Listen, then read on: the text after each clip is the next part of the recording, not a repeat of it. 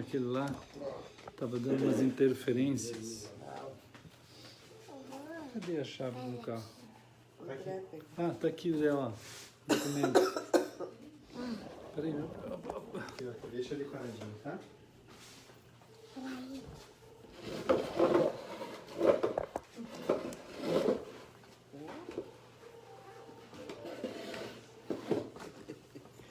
Bom, estamos aqui transmitindo ao vivo. Cuida. Vem aqui, pertinho. É da casa da irmã Heloísa. Aqui está a dona Samira. Ele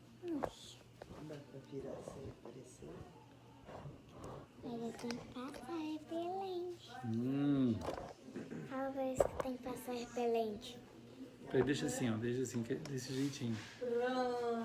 Estamos aqui. Bem-vindo a bordo todos, queridos. Oi, oi, irmão da Rã. Irmã Daphne. Estão aí, filho? Viu, irmão da Rã? Tudo bem? Ah, Samira, maravilha. Ela ia dar mal. Irmã Lúcia, está aí. Oi, irmã Daphne. Firme? Oi, pequena, tudo bom? Ah, muito bem. Ai, que coisa. Pois é. Quem Fique quiser à vontade. referente, tem aqui. Olá, queridos irmãos, boa Quer noite a sentar aqui, todos. André? Boa noite a Senta aqui, todos. André. Fica perto da tua petita. Vem cá. Estamos sendo conduzidos, né? Como sempre, assim, a gente tem... Ah, é assim. Aí, turma, Dona Samira está hoje aqui junto, fazendo um oi, tendo corações, Samira. Olha lá, corações para você. Maravilha. É, corações. Então, estamos juntos, mais uma vez, a irmã Nancy está ali. Querida esposa. Ali está a Dona Samira. Ali está a Dona Heloísa, a nossa anfitriã, dona da casa aqui. O nosso querido André, Darlan, Daphne, a irmã Letícia com o bebê, né? Então, e o José está lá em algum lugar, naquele lado de lá. Ó. Ele é um minuto ainda. Daqui a pouco Vocês me ajudam? ele aparece aí. Opa, queremos agradecer a Deus, meus queridos irmãos, por estarmos mais um pouquinho juntos, né? Dessa vez com a turminha aqui. Ô, vó, o que é Pedro de Fato? Como que é? Pedro de Fato. Oh, não sei, tem que dar uma pesquisada. A gente pesquisa depois, tá bom?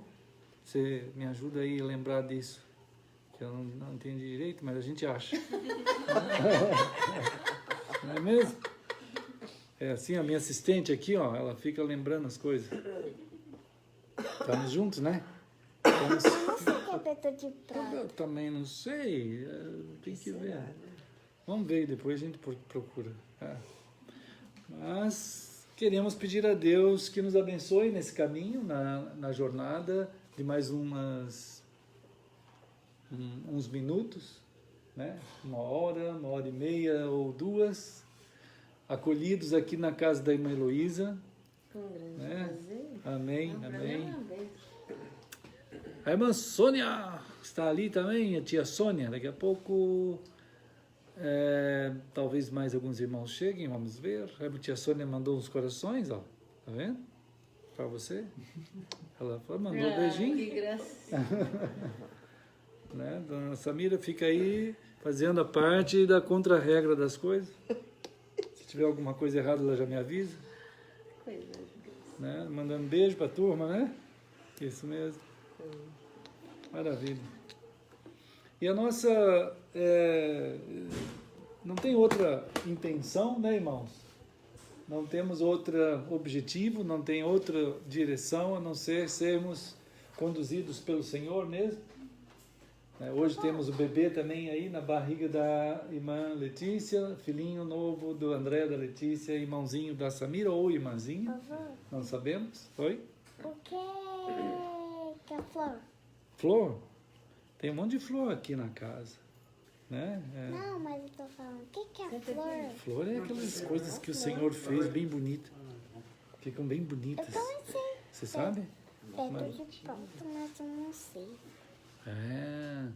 Irmãos, que o Senhor nos abençoe no sentido dele mesmo, né? Naquilo que significa sermos reunidos aqui, naquela manifestação, né? Existe um jeito de algumas pessoas se reunirem nesse mundo por um período de tempo como expressão dos atos de Cristo, né? Então, o próprio Senhor, Ele formou no seu corpo, a partir do seu corpo, né? Ele gerou um tipo de gente que não tem como entender fora da revelação da palavra de Deus, esse tipo de pessoas geradas por Cristo. E essas pessoas geradas por Cristo, pelo corpo dele, pelo sangue dele, por um período de tempo, enquanto permanece a existência dos dias, a gente se reúne em celebração de Cristo. Não tem nenhuma reunião desse povo gerado por Cristo que não seja para celebrar Cristo, né?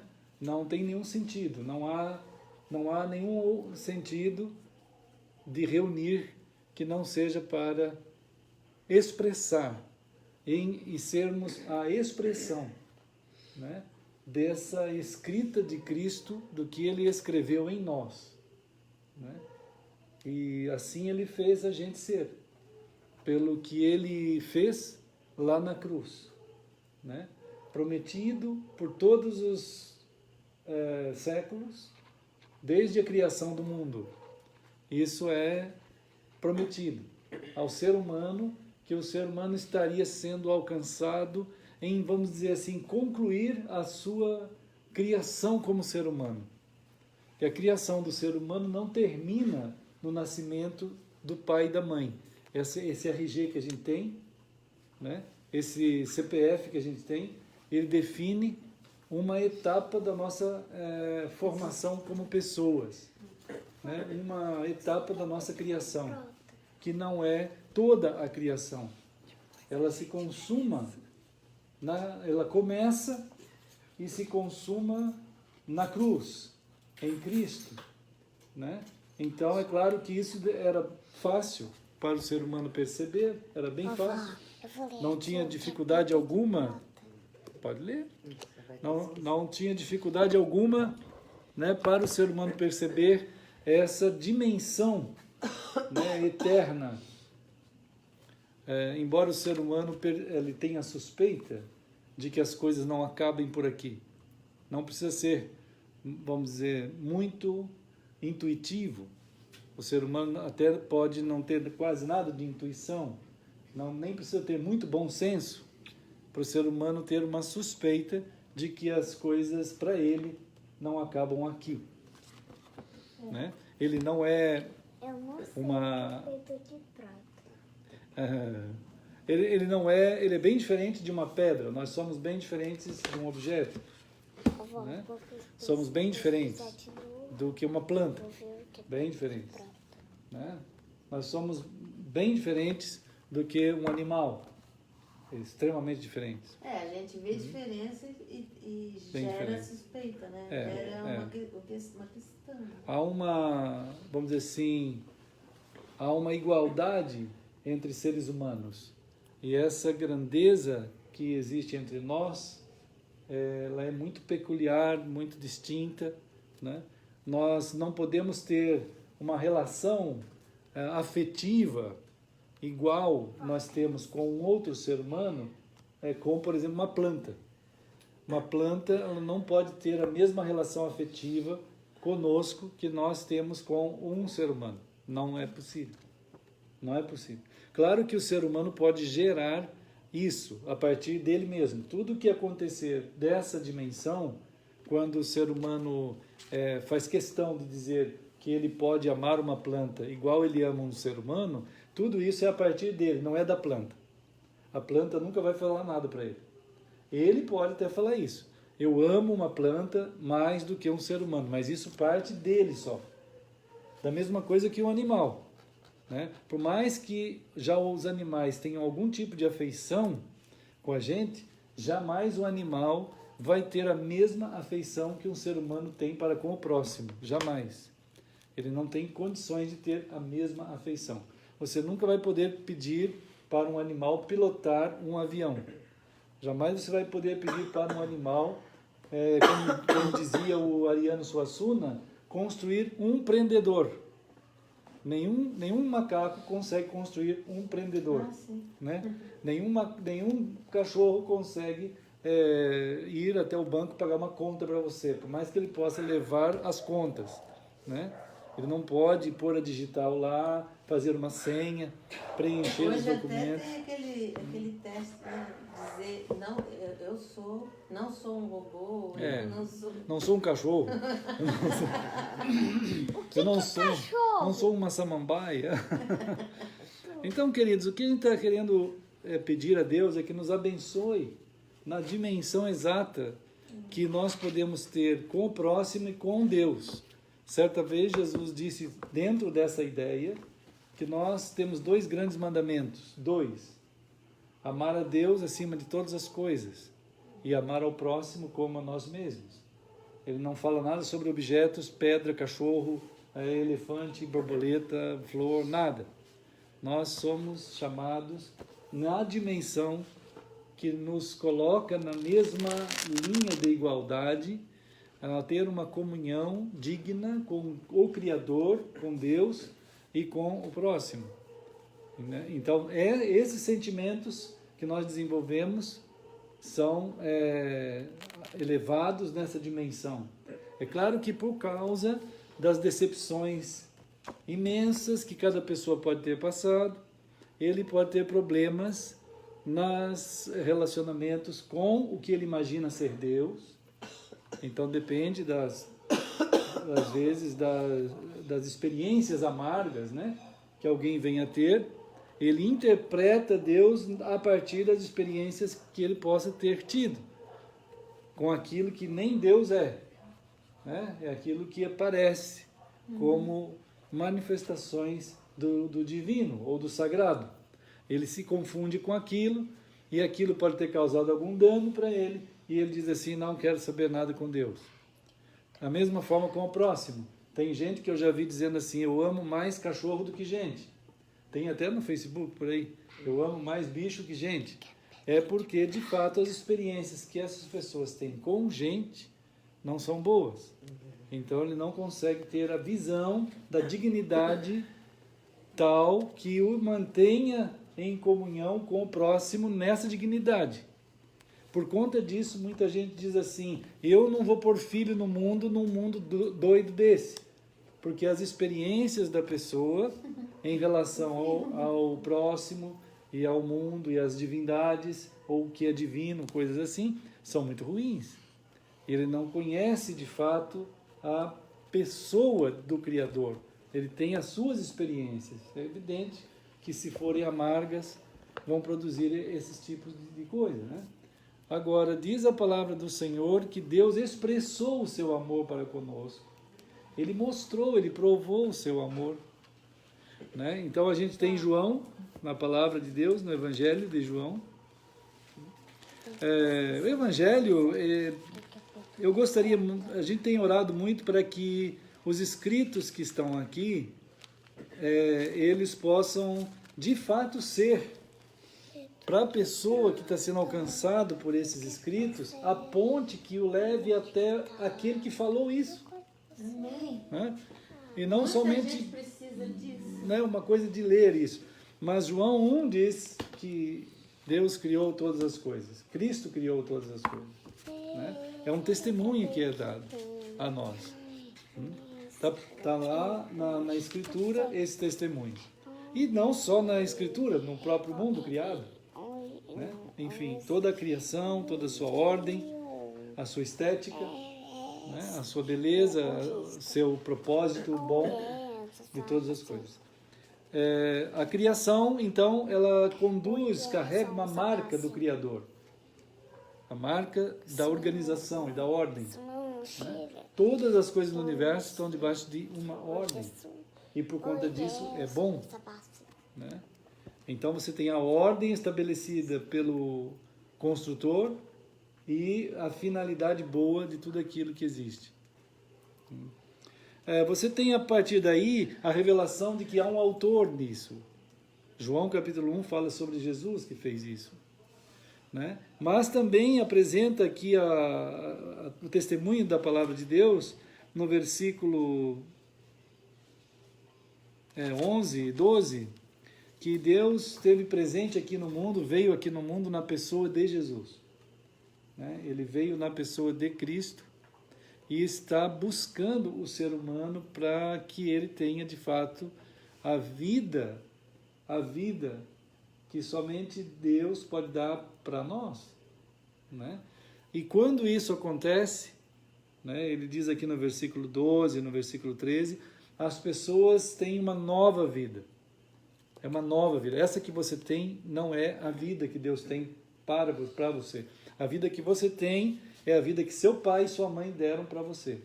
Essa é um tipo de vida, chamada na Bíblia de biológica, bios. A vida que Deus tem para você, chamada na Bíblia, em todo lugar que aparece a palavra vida, é zoe. Zoe. Tem dois termos no grego para definir dois tipos de vida.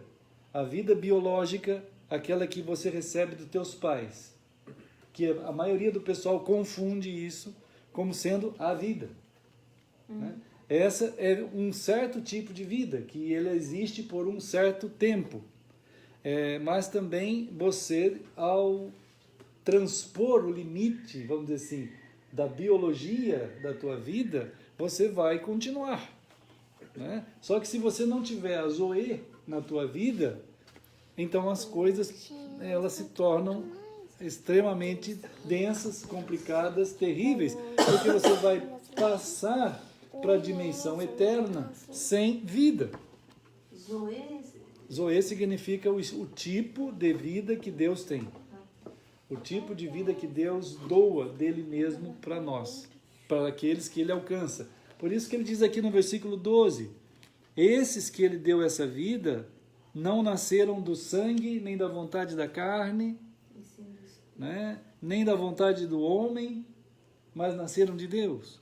Quer dizer, Deus tem tão grande amor por nós que oferece da sua vida sobre a vida que nós recebemos dos nossos pais, que evidente também é dele, é uma dádiva, né?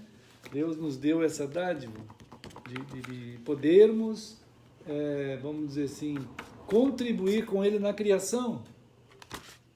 Todas as coisas contribuem com Deus na criação, tudo. Cada laranja contribui com Deus na criação. Deus não precisa ficar criando um monte de semente toda vez que aparece para plantar a laranja, não vem assim, puf, parece uma semente, né? Deus deu a cada um dos frutos, a cada um dos elementos, uma semente que produz algo exatamente igual àquilo que gerou aquela semente, né?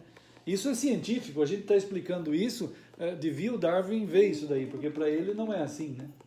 Para ele na verdade não conhecia isso, na época que ele falou a origem das espécies, ele não tinha essa profundidade de compreensão, que hoje para nós é muito simples. Imagina, né? Ele não tinha. O fato que eles dizem para a gente observar a evolução, mas eles não levam em conta que Darwin não tinha nenhum elemento desse. Nenhuma observação de evolução. Nada. Na realidade, né? Ele nem observava a estrutura dos elementos, ele não tinha como observar a estrutura genética das coisas, né?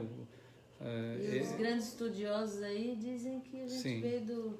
ele simplesmente tinha um olho, ele mesmo fala, eu passava nas Ilhas Galápagos e observava com os meus olhos, né? É muito pouco, mas era o máximo que tinha naquela época, né? E aí eu achei que tal bicho evoluiu, tal bicho evoluiu, tal bicho evoluiu, quer dizer, evidentemente não tem nada de profundidade aí, né? Nada de profundidade, mas isso de fato serviu para uma grande parcela da humanidade descartar Deus da reflexão da origem, da reflexão das origens. Qualquer pessoa hoje em dia, no nosso tempo, ela não tem sequer espaço na sua mente para imaginar que há um Criador que originou todas as coisas e, portanto, existe uma ética, uma moral em toda a criação, né? Então, é claro, foi realmente um efeito devastador para a mente do ser humano, porque assim ele imagina que ele pode se gerar a si mesmo, embora isso não seja possível. As sementes demonstram que ninguém gerou a si mesmo, nada gera a si mesmo. Existe uma semente ali que vai sendo uma herança da própria espécie para a próxima, né? E assim ele é uma pessoa como uma herança dos seus pais, como uma herança que prossegue com aquela mesma semente, assim vai, né? Então, no entanto, o Senhor está dizendo, a vida ainda é mais que isso, né? É mais que isso. E essa vida que é mais que isso já não depende dos pais, mas depende de Deus mesmo. Por isso ele fala ao coração humano que ele, na situação que se encontra, ele não consegue reconhecer o Criador mais. Tanto é que no versículo 11 diz assim, veio para o que era seu e os seus não o receberam. Não consegue. Quer dizer, o ser humano ele tem algo. O que é isso dentro do coração humano que faz com que ele não consiga reconhecer o autor do universo, o seu próprio Criador, né? Há um embaçamento, há um tipo de catarata espiritual absolutamente profunda, que quando ele olha aquilo para ele não vê, ele passa de largo na profundidade que ele deveria estar olhando e ele não consegue ver. E por não conseguir ver, ele não sabe o que significa aquilo. Por isso Deus penetrou a nossa catarata espiritual, entrou dentro da experiência humana e se apresentou a si mesmo. E começou a tirar esse tipo de mal dessa catarata espiritual do ser humano. E ele passa a ver, mas isso é só o poder do médico capaz para fazer isso. Não é qualquer cirurgia, não é qualquer um que faz isso. É o próprio Deus que vem e tira isso e cura a vida desse ser humano e faz com que ele seja uma nova pessoa, né? Isso está aqui em João capítulo 1. E diz que esse Deus, esse verbo, essa pessoa, esse Jesus, se fez pessoa e habitou entre nós, né? E nos falou, nos fez, como ele nos mostra aqui, nele. E João 3,16 fala isso de novo, João 3,16. Essas palavras, muita gente já leu centenas e centenas e centenas e milhares de vezes. Talvez algumas pessoas, uma vez lá na Trindade, estava conversando com um garotinho lá na frente, assim, na calçada, e eu perguntei assim, você já ouviu falar de Jesus? Né? Ele falou assim, não sei quem é Jesus. Eu nunca ouvi falar. E eu perguntei, você é aqui do Brasil? Sou. Meus pais moram ali naquela casa, uma baita de uma casa, né? Uma big de uma casa. Mas eu não sabia nada. Nada.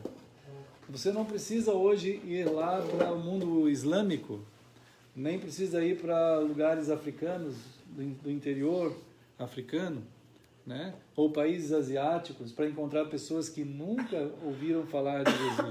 Basta você perguntar para um vizinho, né? Ele não sabe nada, né?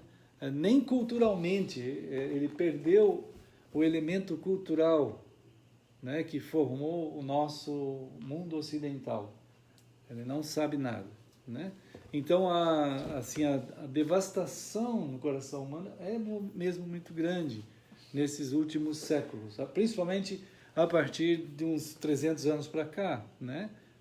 Mas nós estamos sendo alcançados por Deus mesmo nessa situação, né, queridos? O Senhor nos alcança e ao nos alcançar, nos deu da sua vida, né? Essa vida de Cristo em nós, ela é celebrada, como a gente estava comentando. Agora, a vida de Cristo em nós foi conquistada lá naquela cruz. Então, em Mateus, no capítulo 26, Mateus no capítulo 26, Jesus está falando com seus discípulos também, né, que há uma ação da parte dele, e é unicamente ele, que pode fazer nele o ato de nós sermos alcançados nessa dimensão que nos apagou para Deus, né? Nos deixou absolutamente desconectados com a realidade de vida zoe, de vida eterna, né? Muita gente tenta traduzir por condição de qualidade eterna, essa zoe, né? Então o ser humano, ele não tem essa vida, e alcançado, Jesus está dizendo assim, eu vou fazer, diz aqui no versículo 26, esse momento é chamado de Páscoa ou de Ceia do Senhor. Esse momento aqui em Mateus 26, a partir do versículo 17, né? Acho que muita gente já ouviu falar de Páscoa, muita gente já ouviu falar de ceia, essas coisas assim, né? Mas o que é isso? O que isso significa, né? O que acontece? O que foi isso? São séculos e séculos de vamos dizer assim, celebração. O André vai buscar o Lipe. Vai escutar? Tá. Então são séculos e séculos de algo sendo anunciado por Deus, em que a vida está em Cristo. Só que a vida que está em Cristo, a vida dele, é a única maneira de nós termos vida. O estado que nós estamos, diz a palavra de Deus, desse não reconhecimento de Deus mais, não reconhecimento da vida que Deus tem, essa condição nossa de estarmos tão longe de Deus, isso é chamado na Bíblia de morte, né? Pecado, a morte. Nós ficamos vivos mortos. Andamos, comemos, bebemos, mas estamos mortos em relação a Deus. Quem pode tirar isso de nós é unicamente Deus. Né? É só Cristo pode tirar. Então, desde o início do mundo, quando o Senhor disse para Adão e Eva assim, olha, eu quero estabelecer com vocês, eu quero estabelecer uma relação que envolve um pacto entre nós. Ali nesse universo todo, eu acabei de criar vocês livres. E para vocês verem a liberdade que eu dou a vocês, que vocês de fato são livres, vocês podem errar se quiserem. Né?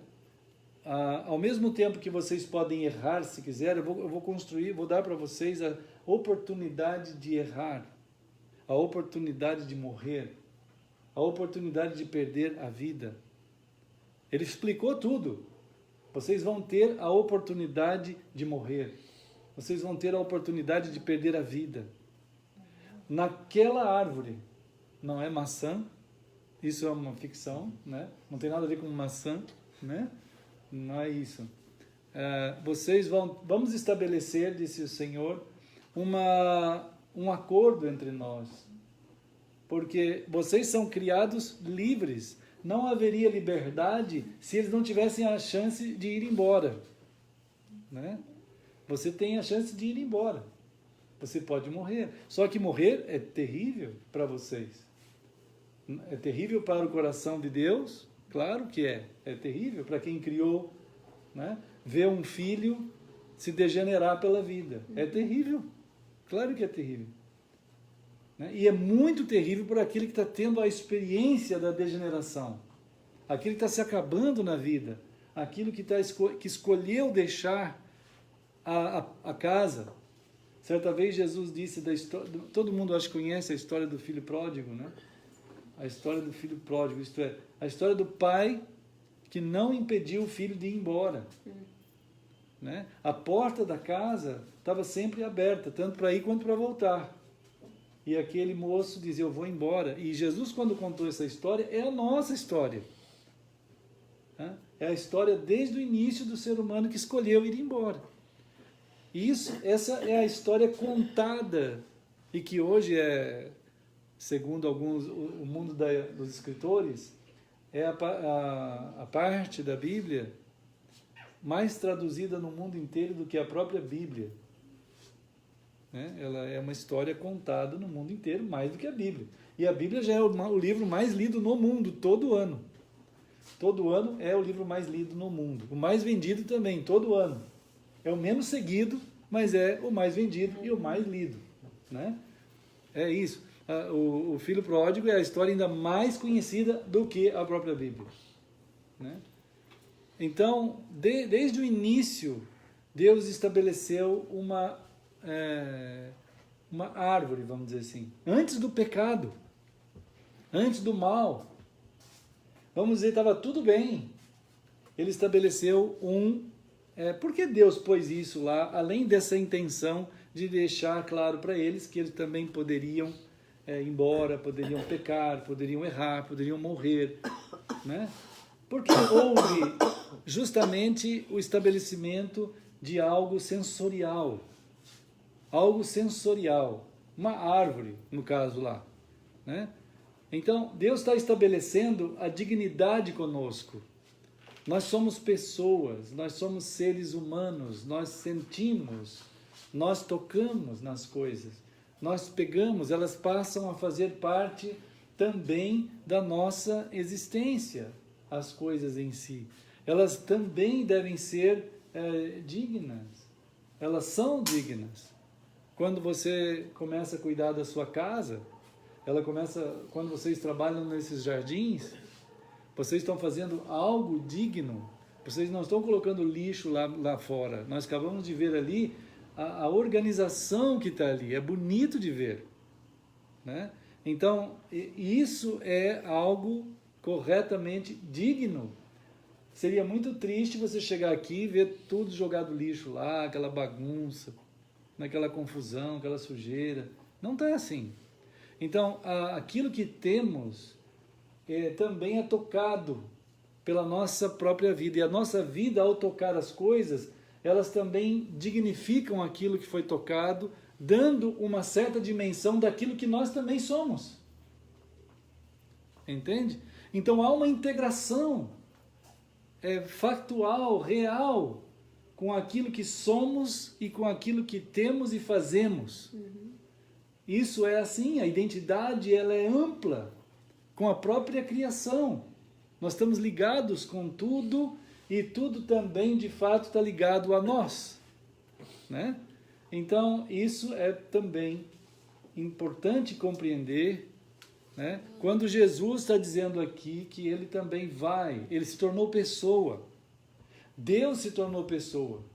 Ele tocou a nossa existência sendo um de nós, mostrando que, de fato, aquilo que estava para acontecer lá na cruz, a sua morte, porque Deus tem que morrer. Né? Porque Deus vai morrer. A Bíblia diz assim que não foram os judeus que mataram Jesus. Jesus mesmo falou isso. Não foram os romanos que mataram Jesus, embora eles tenham a sua responsabilidade de agir como agiram. Né? Quando quiseram matar Jesus lá na sinagoga, quando Jesus pegou a Bíblia, abriu e disse assim, esses textos que eu acabei de ler em Isaías, sou eu, se cumpriu, eles falam de mim. Aí as pessoas lá reunidas naquela sinagoga ficaram com tanta raiva de Jesus que falaram, é agora que ele morre. Né? Nós vamos matá-lo já. E correram para empurrá-lo, que era um tipo de morte que tinha lá naquele tempo e até hoje tem. Eles correm para a beira de um precipício e jogam a pessoa lá de cima. Né? Isso era normal, matar pessoas naquele tempo desse jeito. E tentaram fazer isso com Jesus, aquela multidão empurrando Jesus para a beira do precipício. Mas diz a palavra de Deus, evidentemente, que ele não aceitou essa morte. Passou pelo meio deles e foi embora. E esse é o poder de Deus. Quem consegue fazer isso? Só Deus.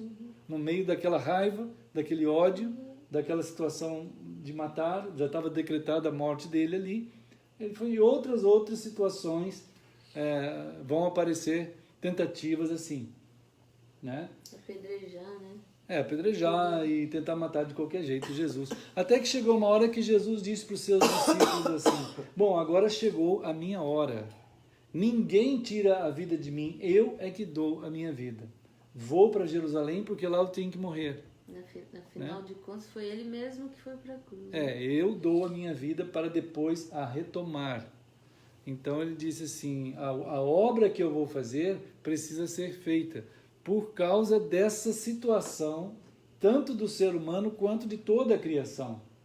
Então toda a obra de Deus está sendo, vamos dizer assim, refeita, feita de novo. Um novo céu, uma nova terra, uma nova humanidade está sendo feita novamente, mas em Cristo, no que se chama na Bíblia de redenção. Então, a morte de Cristo, a morte dele, alcança toda a morte que existe no mundo. Alcança toda a morte, né? E esse poder que há em Cristo na sua morte, esse poder que há em Jesus na sua morte, alcança nós na nossa morte, o pecado que está dentro de nós e tira de nós. Então, por isso que não adianta alguém falar assim, eu vou seguir uma religião. Não adianta isso é um absurdo. É só Cristo, na sua morte, que faz acontecer aquilo que tem que acontecer dentro de um ser humano, só Ele que faz aquilo, né? E quando Jesus faz isso lá na cruz, Ele morre lá na cruz, né? Ele estabelece com os seus discípulos, em Mateus também 26, né? E também em 1 Coríntios 11, ele estabelece com eles uma ordem, né? Ele diz aqui em 1 Coríntios 11, vamos ver 1 Coríntios 11. Ele diz assim, falando agora para os seus discípulos, né? Para aqueles que são deles, que foram alcançados por ele, né? Ele diz assim no versículo 26, 11, 26. Porque todas as vezes que comerdes este pão e beberdes o cálice, quer dizer, cada vez que a gente se reúne é para esse propósito, não tem outro propósito, é celebrar o que Cristo fez na cruz por nós. Essa celebração, ela tem duas direções quando nós nos reunimos e celebramos o Senhor. A primeira direção é anunciar e lembrar a morte de Cristo, né? Então, o Senhor Jesus, Ele quis e ordenou que os seus discípulos, os seus filhos, o seu povo, lembrassem dele na sua morte. Nós somos chamados a ser um povo que lembra, que relembra, que celebra a morte de Cristo. Porque é nessa morte que acontece a nossa redenção e a vida nova de tudo que há. A nossa vida nova. O novo mundo que está pronto já.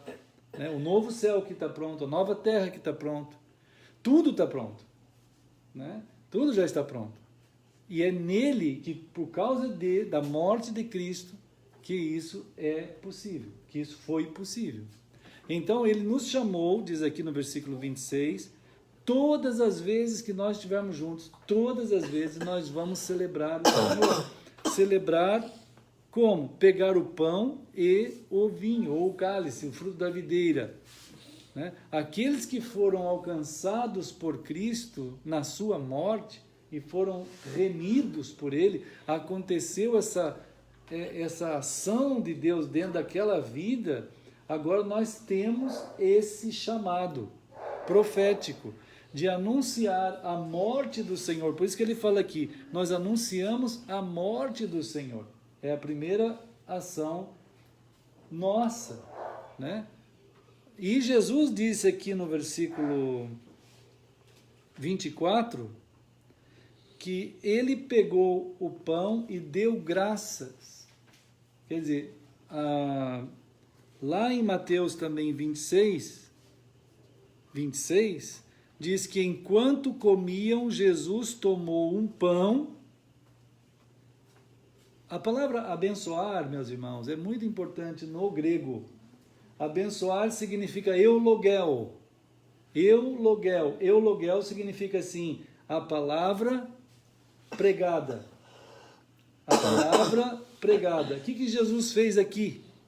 Jesus pegou o pão e pregou o que significa aquele pão. Ele falou, eulogel. Logel é logos. É a razão daquilo. É a fala sobre aquilo. Claro que abençoar não traduz isso. Não traduz mesmo. Né? Eulogel não pode ser abençoar. Não tem como ser abençoar. Porque Jesus pegou a palavra e pregou. Ele falou sobre o que estava acontecendo. O que ia acontecer. Explanou para os discípulos ali sobre aquilo tudo. Quer dizer, a palavra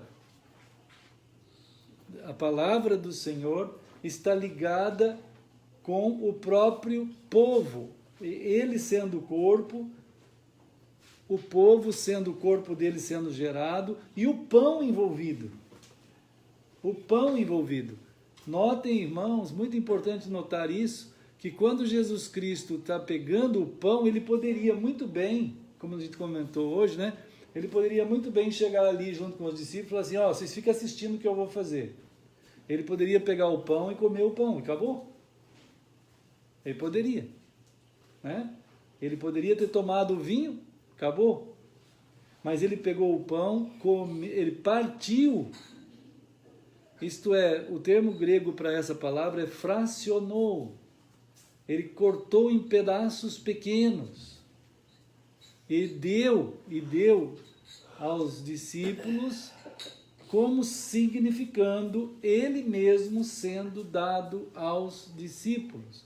Agora, pão e fruto da videira. Nota que, da mesma forma que aconteceu um pacto naquela árvore inicial, um pacto junto da árvore, mas que estava sendo, vamos dizer, envolvido a quantidade de coisas espirituais juntos. A quantidade de realidades espirituais. Quando você tem Deus dizendo assim, nessa árvore está a relação estabelecida entre nós, se vocês vão obedecer, se vocês não vão obedecer, se vocês vão morrer ou ficar vivos, se vocês vão sair da minha presença ou não vão sair, né? Então, é como um pai que tem um filho e ele anda com seu filho para todo lado e com uma algema no pulso. Ele e o filho dele. Aí ele pode dizer assim, eu tive um filho e o meu filho me ama tanto, tanto, tanto. Onde eu vou, ele vai atrás de mim. Né? Onde eu vou, ele vai comigo. Aí o pessoal olha aquelas algemas e pode pensar assim, pode ser que pense, pode ser que não, mas ele pode pensar, existe uma possibilidade de pensar que ele só vai junto contigo por causa de estar preso a ti. Não é? Não é possível? É bem possível. É possível. Agora, se você pegar aquelas algemas e não usá-las, e você disser para alguém que teu filho te ama, sem algemas, né? Isso é possível? Não precisa de algemas, né? Então, Deus está dizendo assim, eu não vou colocar algemas. E como que Deus não colocou algemas? Ele tirou algemas, ele abriu uma porta. Né? Mas ele também estabeleceu dentro de vamos dizer, um critério sensorial. É um critério sensorial. Né? Nós somos, vamos dizer assim, proprietários de um repelente. Nós podemos dizer assim, pode usar um repelente, pessoal. Aí o pessoal usa o repelente, aí depois que acaba de usar, devolve o repelente para o dono do repelente. Ele não leva embora o repelente. Né? Seria muito estranho ele pegar, embolsar e levar embora. Não dá. Né? Agora, ele devolve o repelente. É uma coisa simples. Então, há uma relação sensorial nas coisas com aquele que detém a propriedade da coisa. A tua casa tem uma porta. Né? Então, você tem uma relação sensorial com tudo. Quer dizer, as coisas, elas são suas e elas têm porta, pode ficar fechada, você, ao dormir você tranca, né? Ou você convida pessoas para entrar. Você se relaciona com o universo real. Quando você se casa, você tem uma esposa, tem um marido, né? É uma relação que não é espiritual só, ela é uma relação física. Há uma relação física no casamento, há uma relação psíquica no casamento, né? Há uma relação espiritual psicofísica, ela é de amplitude profunda. Quem não compreender essa relação, mesmo entre as pessoas, meus queridos irmãos, né? Nós temos uma relação de profundidade espiritual, psíquico-física, com todos, com todas as pessoas, né? Nós não somos seres, como Jesus falou para os discípulos depois de ressuscitado, ele diz assim, vejam, eu tenho mão, olha aqui, os sinais, olha aqui, eu tenho os sinais, sou eu mesmo, eu não sou um fantasma e ainda eu quero comer com vocês, estou até com fome, disse Jesus, né? Então, uma relação sensorial. Quando Jesus coloca pão e o fruto da videira, né, ele está colocando a gente numa relação sensorial com ele, com a vida, envolvidos naquilo que ele está fazendo, né? Então, com toda a obra do Senhor, somos envolvidos. Quando a gente faz, por exemplo, agora sim a ceia, ou vamos fazer depois alguma coisa de lanche, né? Geralmente, quando a gente se reúne, a gente leva uma bolacha, a gente leva um refri, ou um cachorro quente, né? Ou alguma coisa assim, ou outras coisas que possam ter. A gente reparte a nossa comunhão espiritual, a gente reparte a nossa comunhão psíquica de entendimento das coisas, e é claro que entra a vontade também. Nós somos chamados pela palavra de Deus, gente, sempre, sempre. A palavra de Deus sempre vai nos chamar a uma, vamos dizer, decisão em relação, né, a tudo que existe, a nossa relação com Deus e com o próximo, a nossa relação com a existência. O que você vai fazer? Muita gente, como disse aqui em Coríntios 11, muita gente pode querer só comer pão e tomar o fruto da videira, mas na realidade ele não faz mais nada além disso. Então 1 Coríntios 11 fala que isso é uma abominação, né? Isso é uma, como diz aqui, é um menosprezo a Deus, é um menosprezo ao corpo de Cristo. Porque a única coisa que você foi fazer naquele lugar foi comer pão. E a única coisa que você foi fazer é tomar fruto da videira. Se o teu espírito não estiver ligado àquilo de fato que Cristo fez na cruz, é menosprezo, não significa nada, na verdade significa muito, é uma abominação. Você está mais ofendendo, porque você está dizendo, eu faço parte de Cristo, eu estou ligado com a minha vontade, à vontade de Cristo. E é isso que eu quero fazer da minha vida, seguir Cristo conforme a sua vontade. Eu faço parte do corpo de Cristo, do povo santo que foi gerado na cruz. E é isso que eu penso o tempo inteiro da minha vida. Se você não tem isso, não faça nada melhor do que fazer. Agora, esse povo que estava aqui, eles estavam comendo o pão e bebendo do vinho e não tinham nada com Cristo, né? Então 1 Coríntios 11, ele fala sobre essa abominação, isso é o menosprezo, né? Aí fala, se você, outros por outro lado, ele diz assim, só queriam comer mesmo. Então ele fala, bom, já que você quer comer, coma outra hora, coma outro dia, porque esse momento da ceia do Senhor tem a ver com uma ordem de Cristo, tem a ver com uma ordem de Cristo, né? Jesus disse aqui no versículo 24, Jesus deu graças, isto é, né, ele fez o processo da pregação sobre isso. E aí ele partiu, quer dizer, ele pegou o pão, e quando Jesus partiu, essa mesma palavra, irmãos queridos, está nas 2 multiplicações de pães de Jesus. Todo mundo já ouviu falar do milagre da multiplicação dos pães, né? Foram 2 vezes. E nas 2 vezes Jesus fez a mesma coisa. Ele deu graças, ele falou sobre aquilo, ele pegou o pão, partiu o pão, cortou, fracionou o pão e entregou, né? Isso significa, até o pessoal que estava recebendo o pão, eles não entenderam nada. Até Jesus perguntou assim: vocês entenderam o que eu quis fazer na multiplicação dos pães? Eles: não, queremos pão. Queremos pão.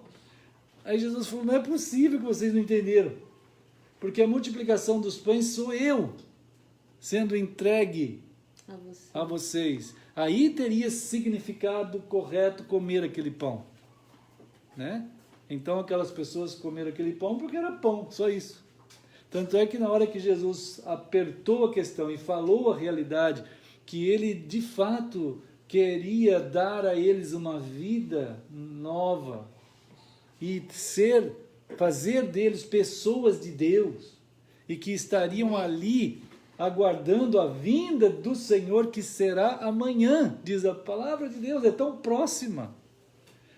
Não é amanhã no calendário nosso, é amanhã no calendário de Deus, que é muito mais certo do que o amanhã nosso, né? O amanhã nosso a gente não sabe se vai estar aqui, ninguém sabe, nem daqui a 1 minuto a gente não sabe se vai estar aqui, mas o amanhã de Deus é certo, né? Virá, acontecerá, né? Nesse amanhã.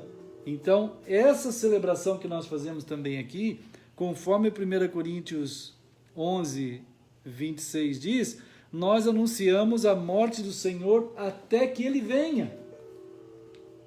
Isto é, todos esses discípulos que são de Cristo têm um chamado a continuar celebrando a ceia do Senhor, né? No sentido de Cristo, lembrando da morte dele como uma ordem, é uma ordem, né?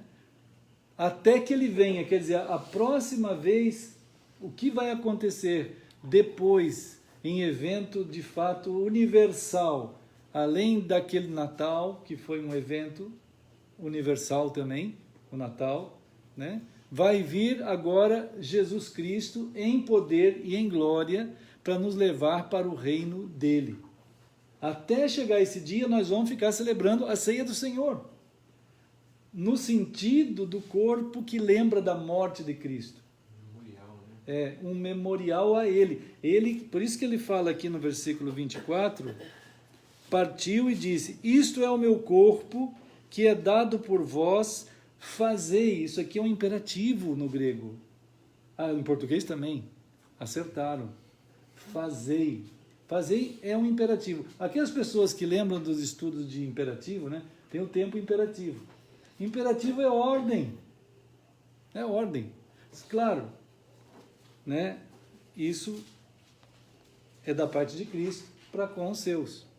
Fazei isto, isto o quê? A ceia do Senhor.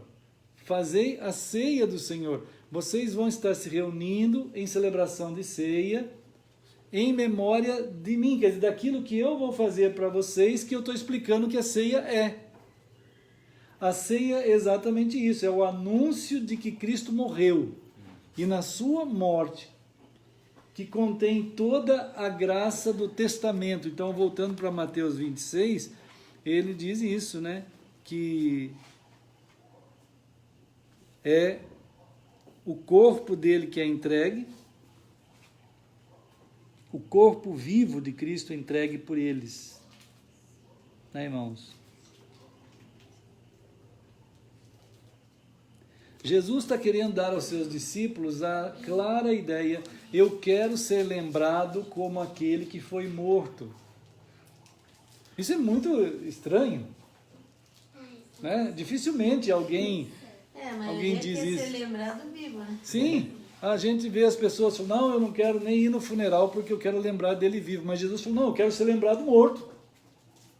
eu quero ser lembrado morto. Quando você lê Apocalipse 4, acho, 5, a palavra do Senhor abre o céu, diz assim, o Senhor abriu o céu, e o que foi visto era um cordeiro degolado como se tivesse sido morto. É uma cena bem difícil de ver. Terrível de ver. E é isso que apresentou-se diante de João lá em Apocalipse 5. E por conta disso é que ele é o Salvador. Né? Ele é o Salvador. É Criador. Então, ele é Criador, como diz lá o versículo, capítulo 4. Ele é exaltado no céu como Criador, como a gente falou aqui no começo. E ele é exaltado como aquele cordeiro que foi morto no capítulo 5.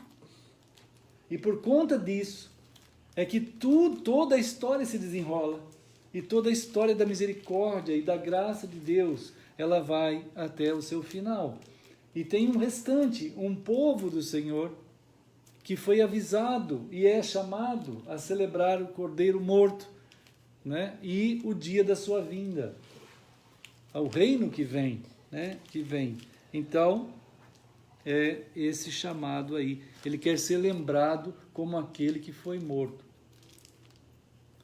Uma outra coisa que eu anotei assim, irmãos, é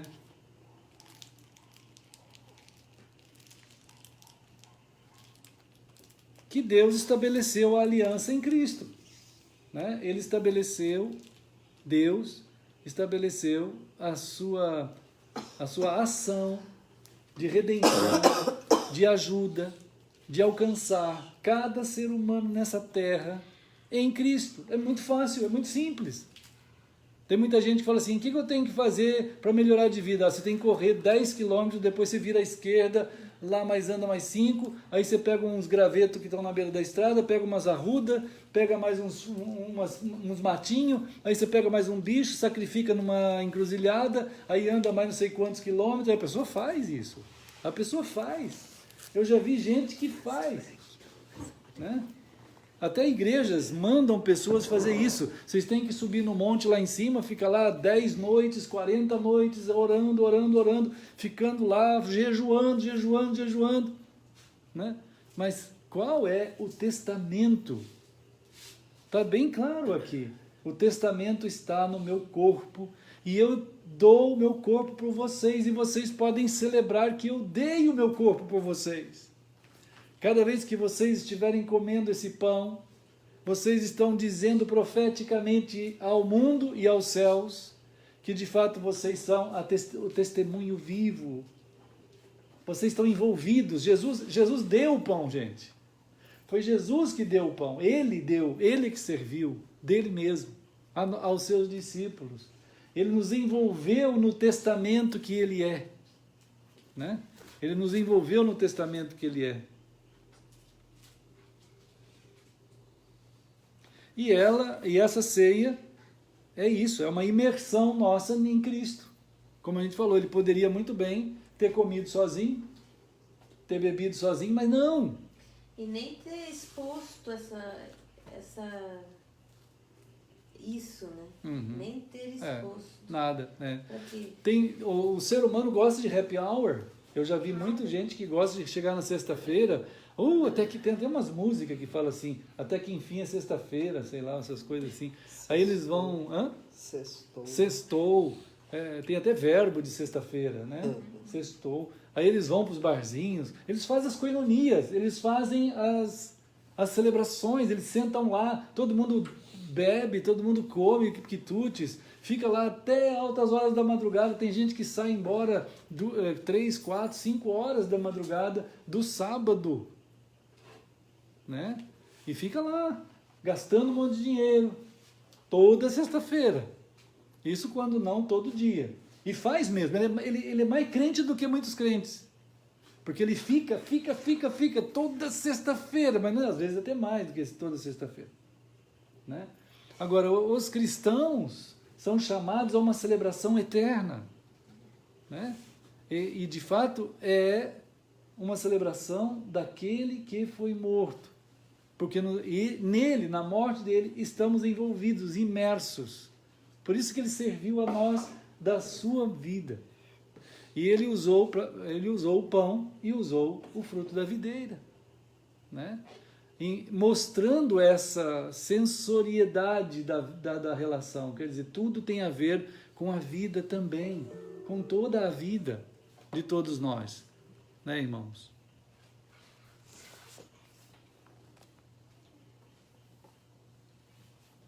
Então, irmãos, depois a gente continua, né? Tem tantas coisas para a gente pensar sobre esse momento do Senhor, né, Samira? Maravilha, né? Não é maravilhoso o Senhor? Olha que beleza. Mas uma coisa mais linda ainda é quando você comentou o fato dele ter morrido, Sim. mas na morte dele dado a vida, né? Sim, sim. Nos dado a vida, né? Sim, é isso. E realmente ele está já antes, vamos dizer, na quinta-feira, que aqui era uma quinta-feira, preparando tudo para aquilo que ia acontecer, né? Chamando os seus queridos, seus discípulos, nós todos, né? Fazendo essa explanação daquilo que ele de fato é isso, ele está sendo aquele que dá a vida, né? E nos envolveu nisso, né? Bom, irmãos, então temos aí a celebração, né, da ceia do Senhor. Bom, pode ir, por favor, irmã Heloísa. Ela vai estar, todos os irmãos onde estiverem. Ô, irmãos queridos, deixa eu ver aqui, ó, vamos ver quem está ali junto com a gente. Adriano, meu querido Adriano, Deus abençoe, estamos juntos aqui no Senhor. Deixa eu ver quem mais aqui, ó. Glaucio, Gemima, Deus abençoe, irmã Catiane também, irmã Tânia Marcelino, Tânia, né? Ô, Tânia, que saudade, hein? Deus abençoe. A irmã Lúcia, irmã Sônia, né? Então, todo mundo aí, ó. Maravilha. Todos os amados. Ilza e Renan. Todo mundo que estamos juntos perante o Senhor. Jesus, então, ele pegou o pão e falou todas essas coisas sobre o que estava para acontecer. E fracionou o pão assim, ó, do jeito que está fracionado aqui. E entregou para os discípulos. E falou assim: recebam isso e comam. Isto é o meu corpo. Então, como o Senhor ensinou, irmãos, vamos comer o pão assim como o Senhor nos tem dado a graça de fazer.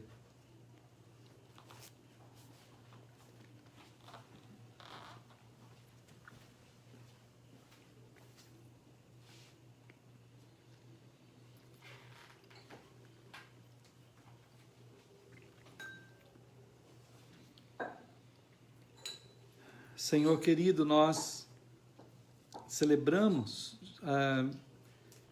lembrando da obra tão preciosa do Senhor Jesus Cristo lá na cruz, na sua morte, por ser esse ato do Senhor, essa graça imensa, imensurável e eterna, que nos alcança assim para nos dar da sua vida. Assim nós fizemos, em nome de Jesus. Amém. E agora, irmão, Jesus diz a palavra aqui, ele pegou o cálice e, de novo, ele deu graças, né?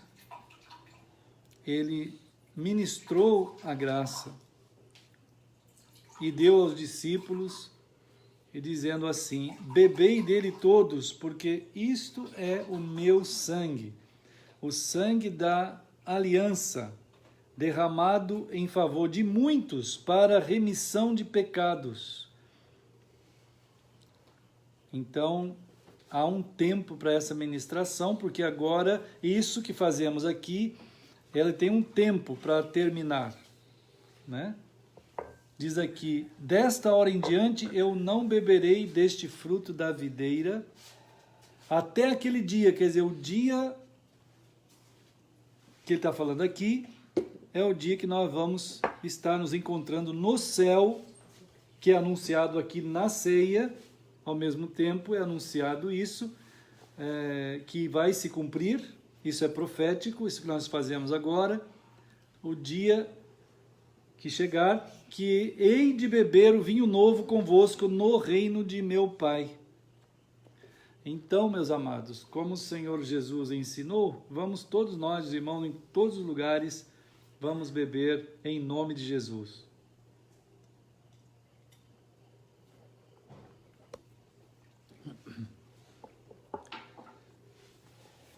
Senhor querido, séculos e séculos no tempo cronológico, o teu povo vai celebrando, anunciando o amanhã, o dia desse encontro no céu. Assim como todas as tuas palavras se cumpriram, essa também se cumprirá. Nós te louvamos, querido Senhor, por podermos ter estado aqui juntos e podemos celebrar, assim como o Senhor nos tem dado a graça de assim fazer. Obrigado por nos ensinar, obrigado por nos conduzir. Abençoa os irmãos em todos os lugares, Senhor. Nós oramos juntos em nome de Jesus. Amém. Então, né, irmãos? Obrigado, irmã Heloísa, por nós podermos ter estado juntos mais um pouquinho. Sempre quero. Amém. E vamos fazer um tchau, né, irmã aqui, a irmã Letícia, a Samida ali fazendo tchau, irmã Daphne, irmão Darlan, irmão José, Deus abençoe, irmão André, graças a Deus, a irmã Heloísa também, aqui a irmã Nancy fazendo tchau também, maravilha. E Deus guarde vocês, meus queridos irmãos. Agora vamos seguindo firmes. Em nome de Jesus, Deus nos permita continuarmos amanhã nas santas reflexões da palavra, continuando esses pensamentos do Senhor, tomar conta do nosso pensamento, né? Olha aqui mais coraçõezinhos! É isso mesmo. Obrigado, irmã Lúcia, pelos corações. A Samida está lá fora olhando tudo. Deus abençoe. Logo saberemos também qual será o neném, né? Se é O ou A. Tá com quantos meses mesmo? Quanto tempo mesmo? 9 semanas. 9 semanas. Vamos orar por esta preciosa gestação. E lembrando também que nasceu o filho da Daisy e do Bruno, o Davi, né? O Davi nasceu. Tá indo bem, graças a Deus. Né? Vamos continuar orando por eles. Uma bênção, foi mesmo, uma grande bênção. Tchau, queridos, fiquem firmes no Senhor. Qualquer coisa a gente vai se falando, tá bom? Agora, quem estiver aqui na casa da Heloísa, tem cachorro quente. Que não se fez, né? Né? E outras cositas, mas quem quiser vir aqui um dia, pode vir, será bem-vindo, né, irmã Heloísa? Com certeza. Pode vir. Pode Maravilha. vir. Maravilha. Será com grande prazer. Como diz na França, será com prazer. Não é assim que se fala em francês? Estou certo? Professor de francês dali que